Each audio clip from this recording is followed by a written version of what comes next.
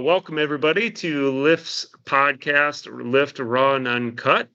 I'm here with my friend Billy Moles, and we're going to have a great discussion today about something that in Madison, maybe a lot of people don't talk about publicly, but it's something that I'm extremely passionate about. It's near and dear to my heart, and that's the outdoors and hunting and how it can shape an individual to be a better person, better human overall. We're going to talk a little bit about mental health. We're going to talk about Billy's experiences as an Alaskan hunting guide, and how it all ties together. So I'm really excited about this episode. Before I introduce Billy, a little bit of story about Billy is that about 2 or 3 years ago, I was going to be going out to Newfoundland on a moose hunt with a group of friends of mine. And in doing so, I started to research content about moose hunting, and I stumbled upon Billy's YouTube channel, The Modern Day Mountain Man. And it honestly, Billy, kind of became a little bit like a drug where it was, I need to watch the next one, need to watch the next one. And there's something that's uniquely different about your content that I found is that it was very genuine. It wasn't produced. It was just the outdoors coupled with storytelling and your experiences I found very refreshing. So through the time, I had a chance to watch and consume every single one of Billy's videos, at least that I know that exist out there yet. And one day I decided, I'm going to reach out to this guy. I'm going to see first if he would guide me on a hunt, and second, if he would be on my podcast or somehow tell us some stories about his experiences. And so, well, I haven't been able to convince him to take me on a hunt yet or go on a hunt yet as my guide. I'm working on that, maybe as an output of this. We are going to have Billy at our Big Guns at Billy event on July 25th at my land, which I'll share more about at the end of this video. And we've started to build a little relationship here. So excited to have you on, Billy. Thank you so much for joining. Honored to be here. Appreciate it, Matt. You bet. Well, before I hand it off to you, I'm going to read your bio because I think I'd be doing you injustice if I didn't read it, because it's a very good bio about Billy and his experience. And then I'll hand it off to you just to kind of maybe fill in the gaps a little bit. But if you go on Copilot, AI is such a common theme that we hear about lately. And Billy and I were talking about his bio and what's the best way to introduce him. And I said, you know what? Copilot has a pretty good description of you here. Do you mind if I read it to you? And we both agreed it's pretty good. So I'm just going to read it. But it says, Billy Moles is a seasoned Alaskan hunting guide, author, filmmaker, and public speaker. Known as the modern day mountain man, he has spent over 25 years guiding hunters in some of the most remote regions of Alaska. His adventures include hunting for brown bears, grizzly bears, Dall sheep, caribou, moose, wolves, and wolverine. Billy grew up on a dairy farm in Wisconsin and moved to Alaska at the age of 19 to pursue his dream of hunting and exploring the wilderness. He has a deep appreciation for wild country and wildlife, often emphasizing the importance of preserving these natural treasures. Billy also produces films documenting his hunting adventures, aiming to provide a raw and authentic depiction of wilderness hunting. His YouTube channel, Modern Day Mountain Man, features a variety of hunting videos showcasing his experiences and the challenges faced in the Alaska wilderness. Awesome. Anything more you want to add to that? Anything that it missed? That was pretty good. The only error that it had that it said that I moved to Alaska, which I guess I kind of did. I never actually have had Alaska residency. I would go up for like 6-7 months, spring through fall, and then I'd come home, I'd wash my clothes, and then I'd drive out to Idaho, and then I'd guide elk and deer and the odd sheep hunter for about 50 days each fall. But I'd always return back to Wisconsin, basically Thanksgiving time, and then I would return to Alaska 1st of April. So that was kind of my schedule for a whole bunch of years. But yeah, that was pretty much it in a nutshell. That's awesome. Well, I was watching your most recent, the most recent one that you published was that The River. Is that the most recent one with Mike? Mike was his name, right, as well. I was watching that video just recently, and I think you cited in there that, well, you didn't move there. I think in total you thought you had spent over 280 consecutive days in Alaska if you total up the amount of time. Do you think that's right, or 365 or something like that in your lifetime? Yep. No, it was 8 years of my life has been lived in a tent in the wilderness. Oh my gosh. Oh, 8 years. Okay, Yeah, full. all So what? total. Yeah, All through the total. course of 25 years. Yeah, So 25 I years of think going to yeah, eight years have been in a tent in the wilderness. I think you could argue you're an Alaskan resident through that. And I think you Well, moved there. well, like, and I kind of looked at it. People ask me that all the time. It's like, well, a lot of Alaska residents, it's somewhat of a sticking point for them. They don't really care for outside guides or non-resident guides. But the reality is I think there's not enough people to do it. Like a lot of Alaska residents, they'll guide, but a lot of them might only be able to guide, 1 or 2 hunts a year. They'll take vacation off their job and then they'll guide. But it's I never really, to me, whether you were living in Anchorage or Fairbanks, Anchorage has half the state's population. If you're in the Anchorage area, it's kind of just like any other city. Yeah, there's some mountains and there's cool things that you can do, but it really, I started guiding, and then I got an outfitter's license called a registered guide, which is essentially an outfitter to where I could have my own business and guide, or hire guides and fly and book my own hunters. And I started going down that realm, started flying airplanes, which is the airplane is kind of the linchpin of Alaskan hunting operation, Mhm. particularly if you're going to go remote, which all the stuff I do is very remote fly out. I didn't have a love for flying, and that was one of the lessons that I learned from the one of the first outfitters I worked for. I guided for him for 18 years, but he wasn't a pilot himself, or at least not a very good one. He learned to fly when he was older, but he wasn't experienced enough to do a bulk of the flying, and so his business always was predicated on his pilot. And so if he lost his pilot, like, he was dead in the water. And so that just right away, I learned a lesson through him, and it just wasn't my thing. I liked being alone with one client to worry about, because as the outfitter, if you hire 10 guides and you've got 10 clients in the field, you're worried about 20 people. And I liked the simplicity of just being on the ground and the stillness of it, the slowness of it, the pace of it. And then the video thing kind of just started on its own. Really, I was just filming home video for my grandpa, who kind of inspired me as a young kid. And he lived a pretty cool lifestyle. He was a farmer, trapper, and that's what he did professionally. And he told me when I was young, he said, Billy, if you want outdoor adventure, Alaska is the place you need to go. And so that's what I did. And then I would bring my footage home after each year. And then we'd sit down on his couch, and he was in his 80s and into his 90s. And we'd watch that footage with my grandpa, who never got to go to Alaska, but I filmed it for my grandpa. And that's basically what I still do to this day, is think of people who have never been there before, show them what it's like from start to finish, the good, bad, and the ugly. And if there's a secret sauce that I found, it's just being me. Not that I'm great, but it's the simple fact of, the more I quit trying to make your proverbial hunting video, so to speak, and just filmed my experience and my hunter's experience, it was, number one, it wasn't much work really. And then it was like people started to respond. Authenticity. That's all it is. Yeah, And it's there's interesting. plenty of people that watch it like, I hate that guy, but and they don't want to watch it, but that's just fine. That the best part of this is when I was authentically me, then all of a sudden people were calling me that wanted to go hunting, and then every guy that I hunted with was like a dream, because we were kind of peas in a pod. They would call me and they're like, I watched your videos and you just seem like the kind of guy I would like to share a camp with. And then so then what happened is they were the kind of guy I would like to share a Yeah. camp with. So the more masks and layers we want to wear and portray to the world, we're just making life harder on ourselves. And yeah, and we're not really able to help the right people that we would be able to help otherwise, when we try to keep up with the Joneses and fit into society. We're not created to fit into society. We're created in the image of God, and that's what we're created to do, to bear his image. That's awesome. So in our world, I think you know this, but we do a lot of sales training as part of our business, leadership training, management training.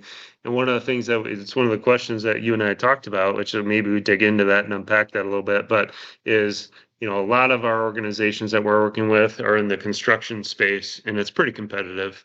Um, and one of the most common questions that we have or we receive is, Matt, how do we differentiate ourselves? What's our unique value proposition? And what I just kind of took out of that conversation with you is that, if we focus on what the competition's doing and we're doing the exact same thing, it's unlikely that we're going to be different. And it is going to be a struggle for us. But if we just do us, if we are what is unique to us and what we identify and hone in on what's our greatest skill set, and we focus on that, we won't have to focus so much on building an audience because people will automatically assimilate to it. Is that kind of your as it correlates to business? Would you have that similar takeaway? Yeah. And also, I would say I agree with everything you said. And maybe it's as simple as add value every way that you possibly can.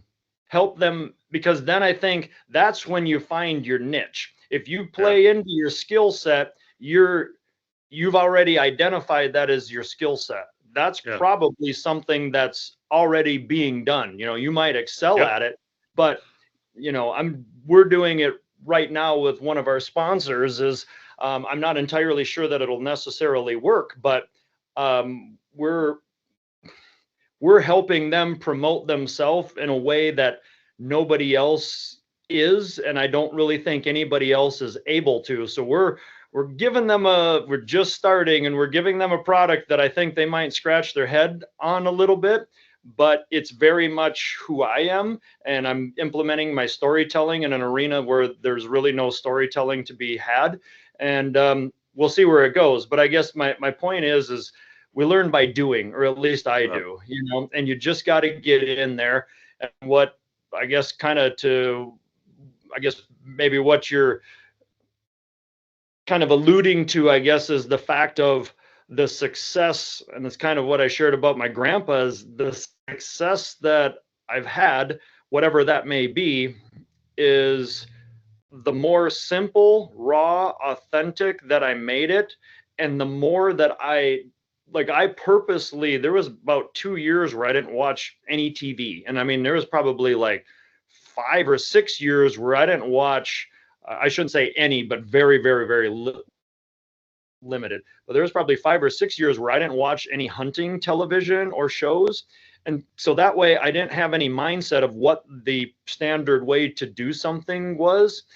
And my editor, anytime you have somebody do something for you, they're naturally going to want to do their job and make themselves look good. Not in a prideful way necessarily, but they're always going to fall into conventional wisdom. That's always going to be our default, and that's thus the term. But when my editor was producing these videos and he was doing all this high energy and high impact music video, and it was kind of good. Some of it would leave goosebumps to your skin, but I'm filming it with home video, just a regular camera, no professional audio. And I realized that, while it wasn't bad, anybody would look at it and see it was kind of generic. And so I said, we can't compete with the guys with the film crew and the audio guy and a host. I'm just out there by myself, guiding, pulling a camera out of my pocket and filming. So let's focus on what we have that nobody else has. Let's figure that out. So we wrote that down, and we realized that most people that go to Alaska hunt and film a hunt, they're not Alaska hunting guides. Virtually none, or maybe there's a couple that do it. I suppose there's a couple that do it to some degree, but most of these guys are hosts, and they might hunt around the world. So they go to Alaska, they might hunt a sheep or two and a moose or two or whatever, but most of the information that they're getting is going to be secondhand or from their guide. So let's focus on the fact that I've been on 50 Dall sheep hunts, 50 moose hunts, 70, 80 caribou hunts, 80 to 90 grizzly brown bear hunts. Let's show the world what nobody else can. There's more experienced guides out there than me, no doubt, but I dare say there might not be any more experienced guides than me that are producing films. And then also a big differentiator I find is what looked like a hindrance to start when I went to Alaska, because I didn't know anybody. I just had to figure it out all my own. And there was no roadmap. I just started and didn't stop. It was that simple. But now looking back at it, that path, every single step was, I had to break the walls down, right? And many times during that journey, there was somebody there that opened the doors for me that I couldn't open for myself. But my point is, now when I'm telling stories or when I'm speaking in conservation organizations or dealing with sponsors in the hunting industry, is there's nothing in behind me that I hacked, that I shortchanged. I had to go through it all, and that was hard, and it took a lot of time. And there was several times that I thought about quitting, but now looking back on it is like, that was the best thing that I had going for me, is that I had to kind of do it all the hard way. So I think that is now my biggest differentiator, is I know the hunting and the production realm, because the viewers that are watching my stuff, like you were talking about, you kind of binged it. Nothing, it was all nothing. I didn't take any of it for granted. And I think that's how and why I paid attention to those details and recognized their importance and their significance. That's awesome. Two things out of that. So the first I liked hearing you say was this point about you didn't know anything, you didn't know anyone, you just had to take action. Similar thing when I started our company, Lyft. I was in corporate America, and I ended up just quitting my job cold turkey one day, twin daughters at home. And I remember my friends and family like, what the hell are you doing, man? You're crazy, right? And against conventional wisdom, most people would say you have a great paying job, you're doing great. Well, like, what are you doing? They would doubt you. They would make you question yourselves. And if I listened to those things, then we wouldn't be where we're at here today. But I decided to just take action. So when you said about taking action, it made me think about how inaction kills way more dreams than action that fails. And that, I think a lot of people just think about doing things, but they don't take action. So I commend you for that. That's awesome. Then the other thing I really liked in hearing you say that too is just not consuming TV for a couple of years. I think that's a powerful thing. A lot of people are in this world today where content is available nonstop.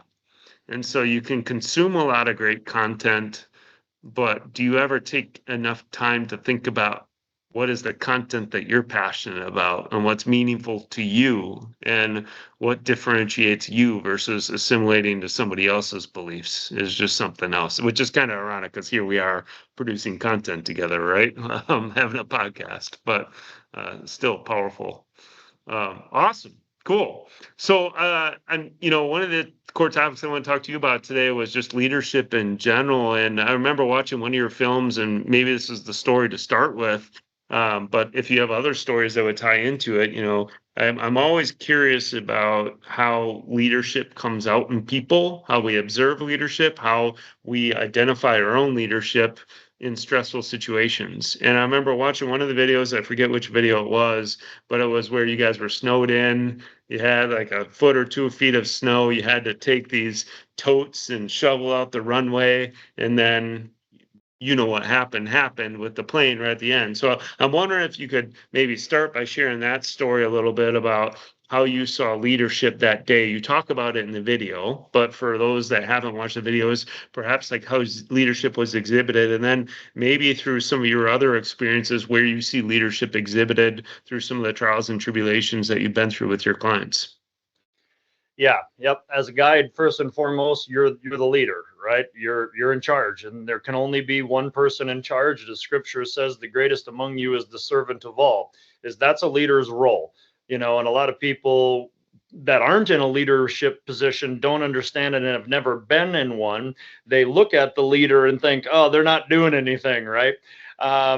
They see it when they get to take off, but there's just like anything in life, you don't know what it's like to be someplace until you're there.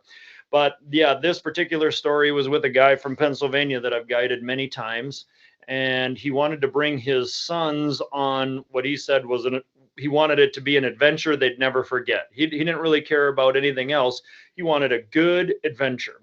And there's an old adage, adventure begins when things go wrong.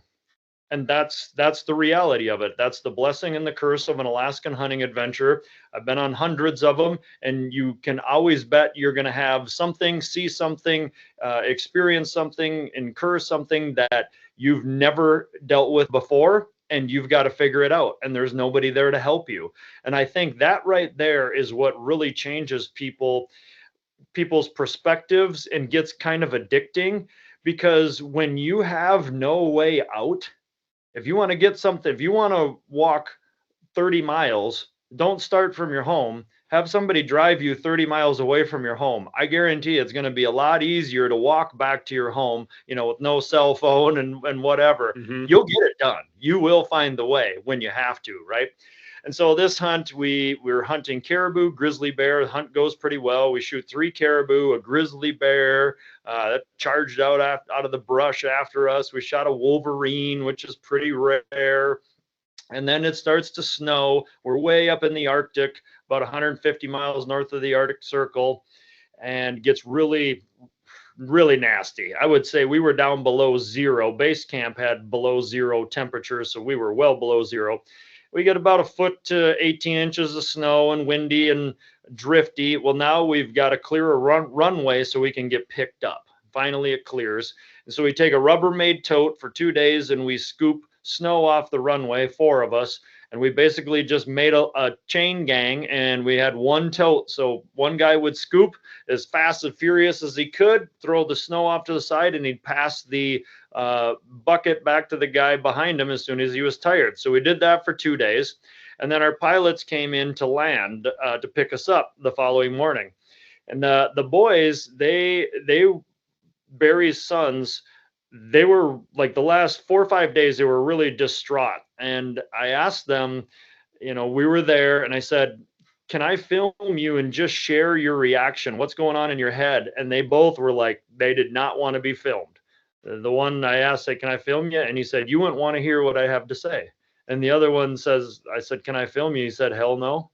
I mean, and I was like, what's going on? They go to bed to supper, and I asked Barry, I said, hey, did I do something to offend the boys?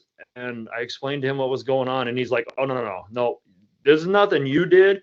He just said they have never been in such a difficult circumstance, uncomfortable circumstance in their life. The one guy was in the Army, and he said, hey, at least I knew I was going to have a warm, dry cot every night and a warm meal for supper.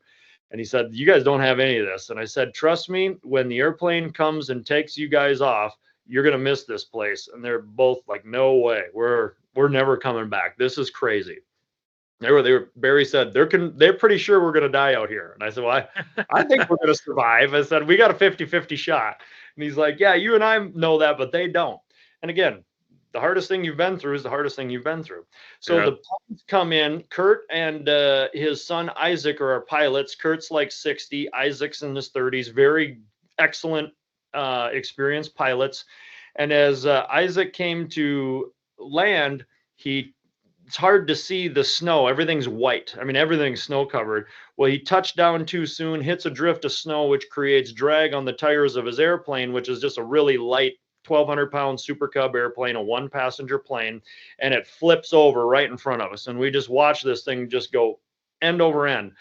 And I just run out there, I drop my video camera and I run out there. And my concern is if the airplane, if Isaac got knocked unconscious, that if it caught on fire, he could die. So as I'm running out there, imagining what I might find, by the time I get to him, he's jumping out of the plane and he comes out and he meets us and he's got a big smile on his face. And he says, I'm sorry, you guys, I promise we're going to get you out of here today. And it caught me so off guard because the whole time I'm thinking of my dad, my old man back at home, farm, thinking if something went wrong, it was pretty much always my fault. I did something wrong. But there was none of that. And I just said, dude, are you okay? And he's like, yes. And it's like, I'm fine. And you guys did everything right. This was my fault. And so I called Kurt, his dad, on my air to ground radio. His dad's still flying around in the air. I said, hey, Isaac's okay. And Kurt says, okay, good. And Isaac said, tell Dad we need 2 ropes and a shovel. And Kurt said, 10-4, I'll be back in 2 hours. So he flies back to base camp. And Isaac, the next words out of his mouth, he says, all right. He reaffirms, this is my fault. He said, you guys did everything right. But if you'll help me, I know you guys have worked hard the last couple of days to clear this, but if you'll help me now, let's clear it out just a little bit wider. We'll lengthen it out a little bit, because the last thing we can afford to have is 2 crashed airplanes on this runway. And so as soon as that, it diffused everything, because you just saw the confidence in him, and you knew that his goal was for our benefit. He never said anything about himself, never once about, oh, my plane, nothing like that. So I guess long story short, and what he said at the beginning was, we'll get you out of here today. That's exactly what happened. And so it was midnight. Isaac, we get a new propeller, and we fix up the plane, and he's able to fly it out. And then I'm sitting there in the back of Kurt's plane, his dad. And at that point, had known Kurt for 15 years. And Kurt's bald. And so I just looking at the back of his bald head. And then I realized, at least in large part, why Isaac is who he is. And how he responded to that was because of his dad. But I told Isaac, I said, Kurt, as I was a young parent at the time, I said, I can't think of any accolade or award or anything that my child could achieve or attain that could possibly make me more proud than what you should be of your son by how he handled himself today. And Kurt, it was no surprise. The title of the film was We Saw Jesus, because as a Christ follower myself, and a guy that's read the Bible a fair bit and knows that he's got a lot to work on, I've never seen a more Christ-like example in my life as what I did that day. I mean, that's how Jesus in the Bible acted. That's how he affected people. And I saw that he made that effect on us. Because when I got out to base camp, Barry meets me and he said, you wouldn't believe it. The boys are running around telling everybody it was the greatest hunt of their lives. And I'm like, are they drinking? And he's like, no, they haven't drank at all. And then come to ask him, when we kind of talked it over, they're like, seeing the way Isaac handled that adversity, when we thought it was bad when we had to shovel the snow, and, as a professional bush pilot, you flop over your airplane. That's not good for business, right? But the way he handled it, it just changed everything. And ultimately, that's what gave Barry everything he wanted. That was the greatest adventure of their lives post airplane crash. The airplane made the adventure. And that's and to Isaac's a testimony to him and further credit. When I asked him about putting that film together, I just said, hey, do you mind if, because I filmed the crash, and he never hesitated once. I just said, I think a lot of people are going to be inspired. And I told him kind of how it inspired me and Barry and his boys. And he just said, yeah, if you think that it'll help, you're free to do it however you see fit. Like that's real humility and powerful. Humility is powerful. And I'm starting to figure that out. I still got a ways to go, but yeah, you've just realized that that's a shadow. You're chasing a vapor when you try to always one up and be better and stronger and this and that. Is like you're chasing your tail for the rest of your life if that's what you're going after. Yeah. That's that's an interesting, powerful story. It's really cool. We train a lot on leadership, and a lot of leadership that we train on is about how to act, how to behave. But there's also this thing we call mentorship. So a lot of what you just talked about, we categorize this in this mentorship bucket, which is like showing others, demonstrating to others how to act and behave. And I think that's where you learn most, is when you see or you do yourself, right? And you saw it there, and how people react in those most intense, most stressful situations. That's where you definitely see it come out, right? That's where you see the good and bad come out in people. And fortunately for you, you saw the good. It would have really sucked if he would have acted differently, right? Yeah. Has to be caught, not taught. Yeah. Yes, exactly. That's cool. I'm curious, like going off that, being cognizant of time, going off that topic a little bit, but we can tangentially tie it into it. Part of the reason why I asked you to talk today is in a little bit of promotion for this event that we're going to be having, called Big Guns and Billy. You're the star for it. It was Big Guns and Bourbon last year, so we replaced the bourbon with Billy. All right. But this year, those that aren't aware, we're dedicating the event towards mental health and suicide prevention awareness. My nephew unfortunately committed suicide last year. It was a shock to everybody, shock to the system, something I never wish upon anyone to go through. It's just a terrible experience. But, I think that solitude can bring a lot of mental health and a lot of mental awareness. Obviously, you've had a lot of solitude in your journeys and your trips. And I remember watching even one of your videos where you talk quite a bit about religion and how you found God and how you found Jesus. And I'm just kind of curious about your thoughts about mental health today. Before we started recording, you and I were talking about mentorship of the younger generation. And this younger generation is struggling with some challenges that you and I never, I guess we're roughly the same age, never had to deal with social media and some of the other pressures. So just kind of curious for no preconceived notion on the message that you want to send here, but any message that you want to provide about mental health, mental awareness, suicide prevention, and how it ties into nature and what peace nature can bring you, or how solitude can help you. Yes. Well, my take on it is most of mental health is contingent upon spiritual health. I tend to believe that spiritual health comes first. The spirit drives the mind, and nature is black and white. By and large, yes, you'll have some bears, they'll have unique personalities, but once you kind of learn an animal, you can really predict how they're going to react. And then once they react a certain way, you kind of know they'll have different moods. Sometimes they're hungrier than others, right? So there's variance, don't get me wrong, but they get to be very predictable. And in our world, there's way more, the modern world, the human existence, within the spiritual realm, there's way more than 50 shades of gray.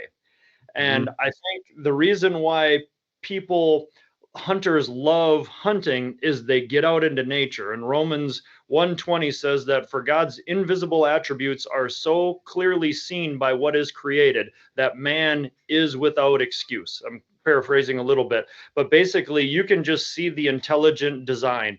Everything in nature has a purpose. Everything in nature happens for a reason, and there's a timing for it all, and everything is connected, and there is harmony there. Spiritually speaking, if you take it from the Bible, that Satan is the author of confusion. And when you look at the world, there's so many things going on. There's so many confusing things. And what I've found is that when you're still, Psalms 46:10 says, "Be still and know that I am God."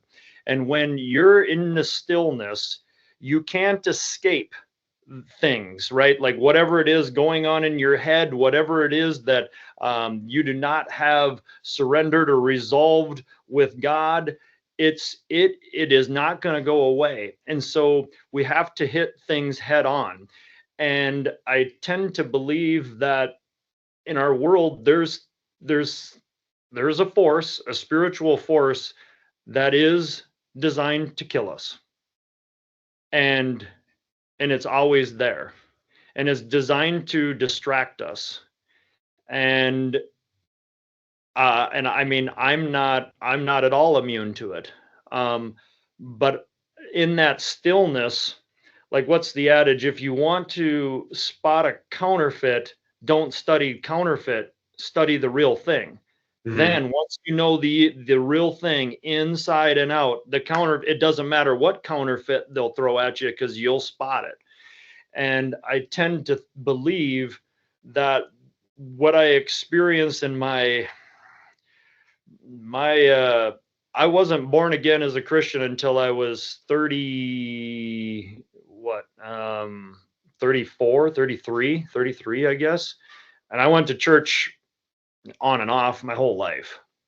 I'd heard the gospel a million times, but the day I was born again, everything, I mean, that's a longer story, um, but my point is when I'd come out of the wilderness after being in the wilderness for 6 months straight, and I'd land in Minneapolis, and then I'd get in a car, somebody pick me up, and we go through traffic, and we're sitting at a stoplight, and everything's so busy, and then there's a guy talking on his phone, eating a Big Mac at the stoplight. It just like, whoa, this is crazy.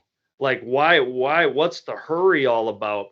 And so I think it's just the simplicity of life that I've found to be the best thing to ground me and restore my mental health. And you really, when you're away, you really find out what's important in life. It's like a vacuum when that airplane flies away and drops you all alone. All those things in life, because you've got, I mean, the pressures are real in the business world. I mean, the corporate America can chew you up and spit you out as fast as anything, right? The pressures are really real. And if you tack on some debt, and as a man, you got to be this, or as a woman, you got to do that. You have all these social pressures. And when you escape that, oh my gosh, it's like you can actually breathe. And until you do that, had I never gone there, I I would have never experienced that. I wouldn't know any different. And so it's so polarizing once you experience the extremes. So to wrap that all up, as far as like mental health for me, I went through a period of I was, I guess, for lack of better terms, suicidal or considered suicide on and off.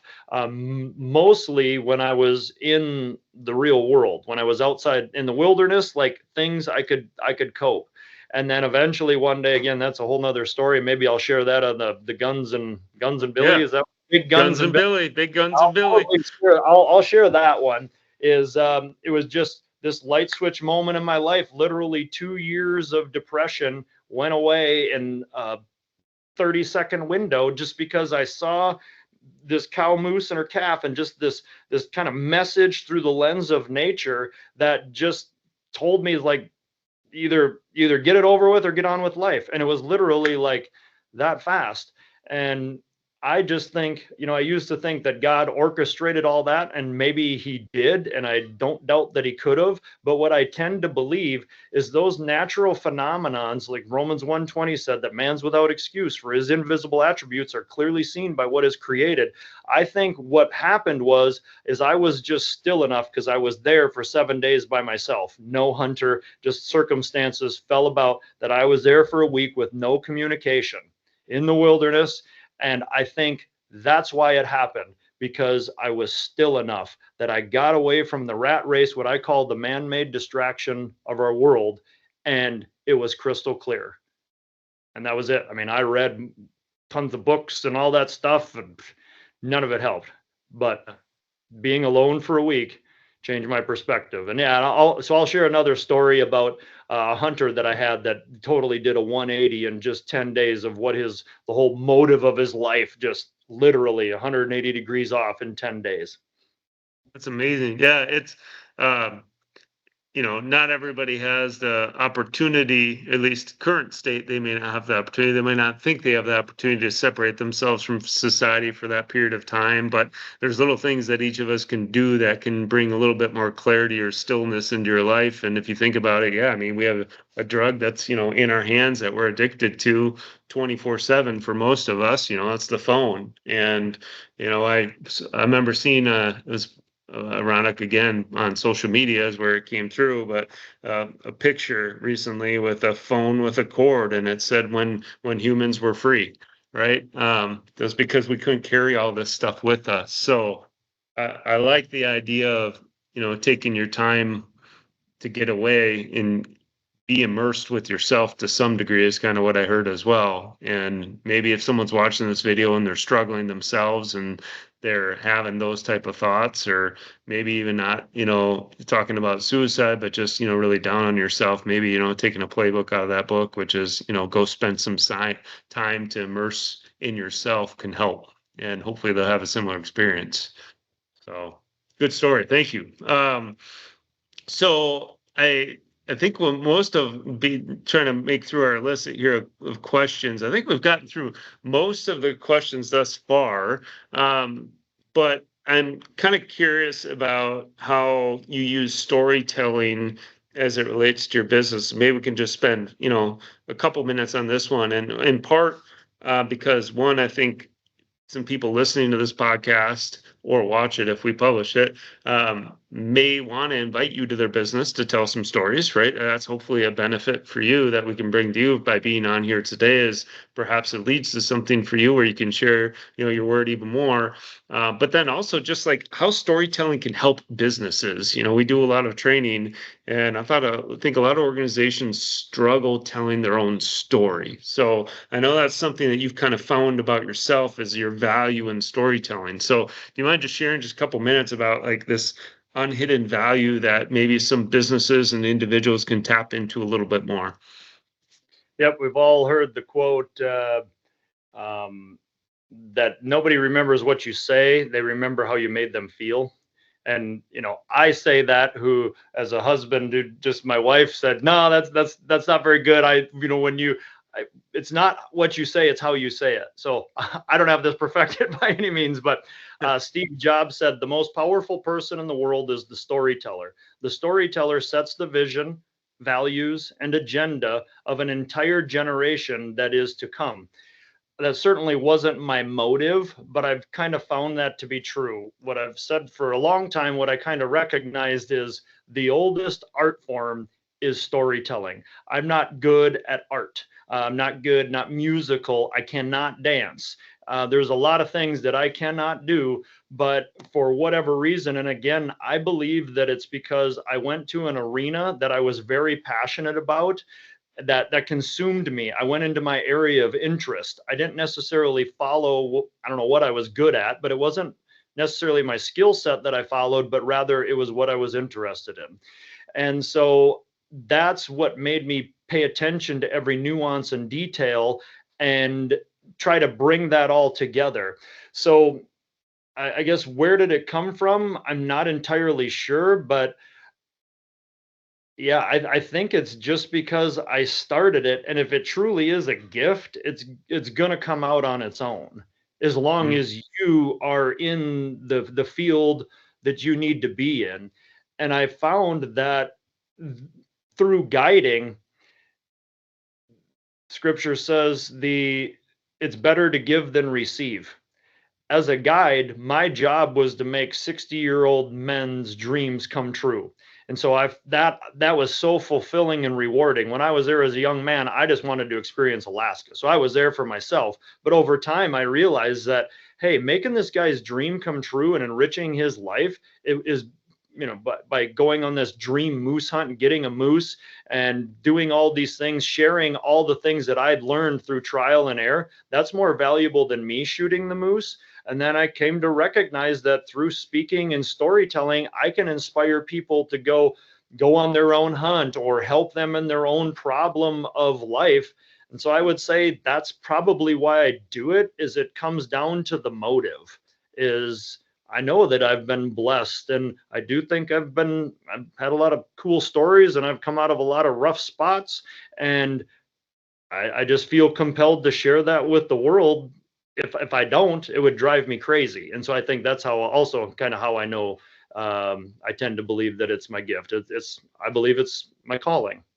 That's awesome. In our world, when we talk about storytelling, kind of to tie off of that, is I think about a couple things. Is that one is when you tell a story about something else or some about your experience, like people can't argue with it because it's your experience, right? They can't argue with your story about your experience because only you can tell the story about your experience, right?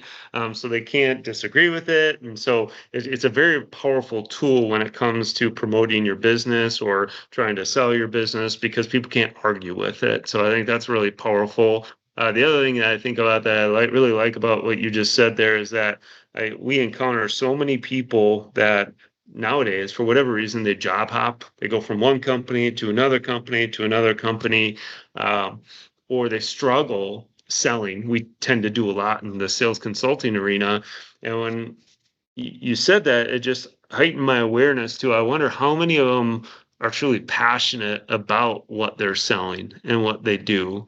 And maybe that's a lesson that some of the business owners who might be listening to this can take out of it is, perhaps, embedding within your interview process or just even your existing team to identify, do the individuals on your team have passion around what you do? Because if they don't, their voice isn't probably going to be heard nearly as much, right? And clearly you have passion about guiding and hunting and scripture, and that's why I want to listen to it, because you're passionate about it. If you weren't passionate about it, I wouldn't be watching your videos. I wouldn't be consuming your content. I wouldn't be on this podcast with you right now. So just some thoughts around that.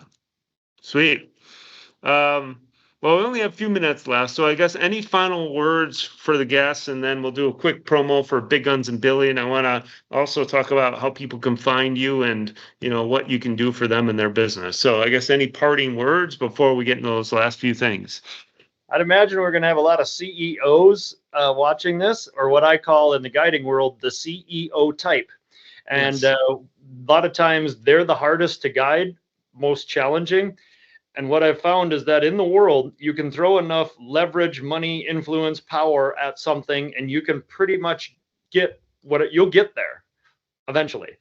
But in the Alaskan wilderness, that'll get you killed. Yeah. And I think the long-term play of things, and I'm speaking for a construction company in Michigan, and the guy, I just spoke to him today, it's next week, and he just said, you know what, at the end of the day, if our employees come and they leave, as long as they leave our company having learned something and we were able to enrich their lives as a team, we did our job. That's our goal here. And so to say all that is another thing as you go through life is, I think the priorities and the perspectives change a little bit, and we tend to consider ourselves and our own needs a little bit less, and try to just focus on others and all of us around us, because I know that's happening in my own life. That continues to happen, and you just learn these laws and principles in nature that you just can't break. And usually they come from whatever in nature. If it's not contributing to nature, it gets expelled. Yeah. It gets kicked out.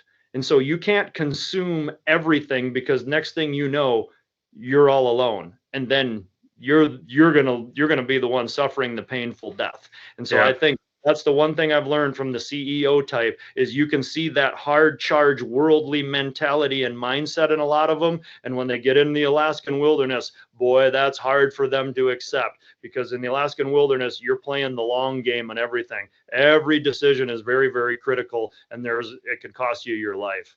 And over time, they tend to recognize that. I think that's a great lesson. Yeah, because the higher you climb, right, it's often difficult for others to look inward, and so Yes. if you are at the top of your organization, like looking inward and not thinking that everything is about you, having some real self-awareness, I think, is one of the true differentiators from the best leaders that we work with or I've observed. And if those that are truly self-aware identify that, like, you see this switch turn on them and their organization, and it's a rocket ship, right? So that's a great final lesson. Thank you for sharing that. All right, so two more questions. You have time for two more questions? Yeah.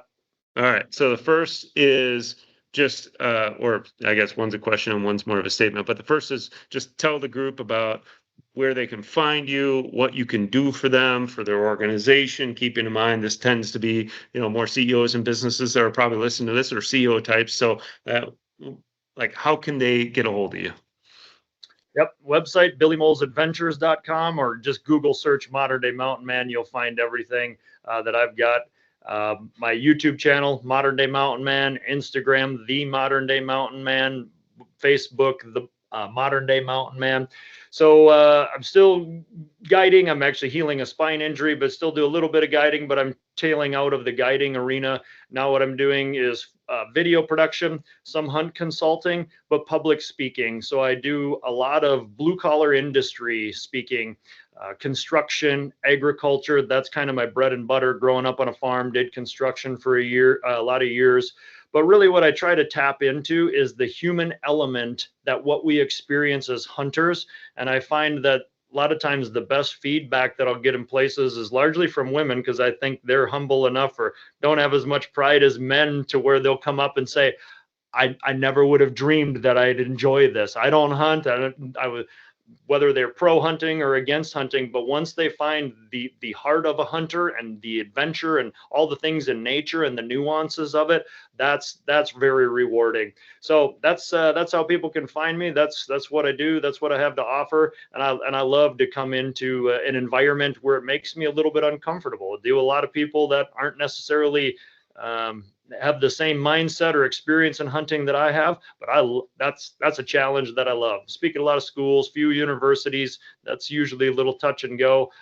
Do some conservation speaking as well, but corporate speaking is probably at this point better than half of what I do. That's awesome. Well, hopefully we'll be able to give you some additional opportunities coming up here through our event, and then just this podcast and our relationship as well, because that's obviously a lot of our clientele. So for those that, haven't picked up on it, July 25th is the date. You're going to be coming to our hunting land, actually. For those that are not aware, we're having the event called Big Guns and Billy, as we described earlier in this podcast. It's going to be a day full of events starting right around 9 o'clock, 10 a.m. We're going to have long range rifle shooting. So Billy, there was a big 50 cal there last year that people got to shoot. That was pretty fun, that a lot of people had experience with, but we'll be shooting, 300, 400 yards, getting ready for those Alaskan hunts. So people will be able to bring their big rifles, pistol shooting as well. Sporting clay shooting we're going to have also. So we'll have a little competition for all the people that are there.